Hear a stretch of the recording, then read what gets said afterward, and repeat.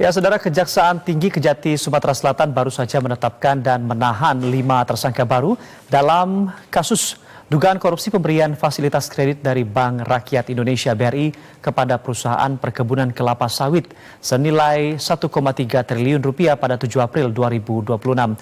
Kita akan langsung menuju ke Palembang, Sumatera Selatan bersama rekan kami Sri Hertina di sana. Selamat siang, Sri.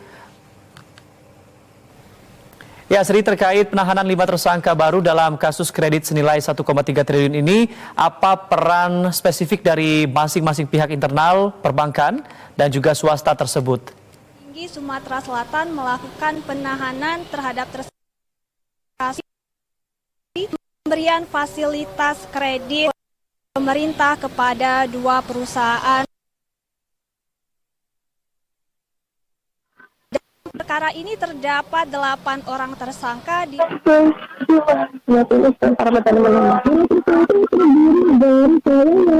terdiri dari KW yang merupakan Kepala Divisi Agribisnis pada periode tahun 2010 hingga 2014. Kemudian SL selaku Kepala Divisi Resiko Kredit periode 2010 hingga 2015. Lalu WH yang menjabat sebagai Wakil Kepala Divisi Agribisnis periode 2013 hingga 2017.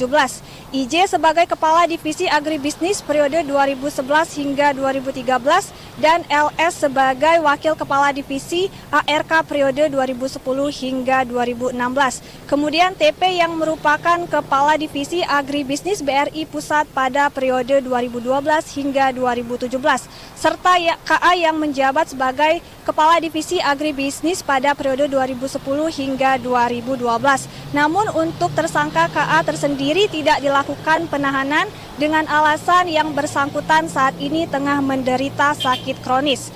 Sementara untuk tersangka AC yang menjabat sebagai Grup Head Divisi ARK BRI Pusat periode 2008 sampai 2014 tidak dapat memenuhi panggilan penyidik dikarenakan dalam perawatan di rumah sakit di Jakarta.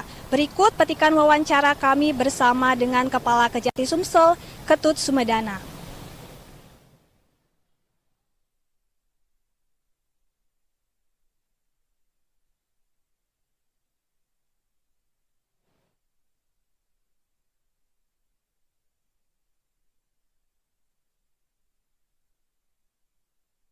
Yaitu KW, SR, WH, IJ, dan NS telah dilakukan pemeriksaan secara intensif oleh teman-teman penyidik sekaligus juga pemeriksaan medisnya kepada yang bersangkutan, ya, sehingga memenuhi persyaratan untuk dilakukan penahanan. Tersangka KA dan tersangka TP tidak dilakukan penahanan pada hari ini karena ada pengajuan untuk tidak ditahan dari keluarganya dan pengacaranya, dan yang bersangkutan juga dalam kondisi sakit kronis, sehingga dari hasil tersebut teman-teman penyidik berpendapat yang bersangkutan tetap diproses secara hukum namun tidak dilakukan penahanan.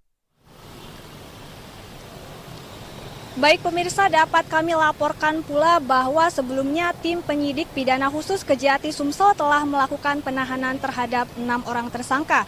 Dengan perkembangan kasus ini, total tersangka berjumlah 14 orang dengan kerugian negara ditaksir mencapai 1,3 triliun rupiah. Demikian yang dapat kami laporkan dari Palembang, Sumatera Selatan. Kami kembalikan ke Saudara Anggi di Studio Jakarta. Laporan terkini dari Palembang, Sumatera Selatan, Sri Hertina, selamat kembali bertugas.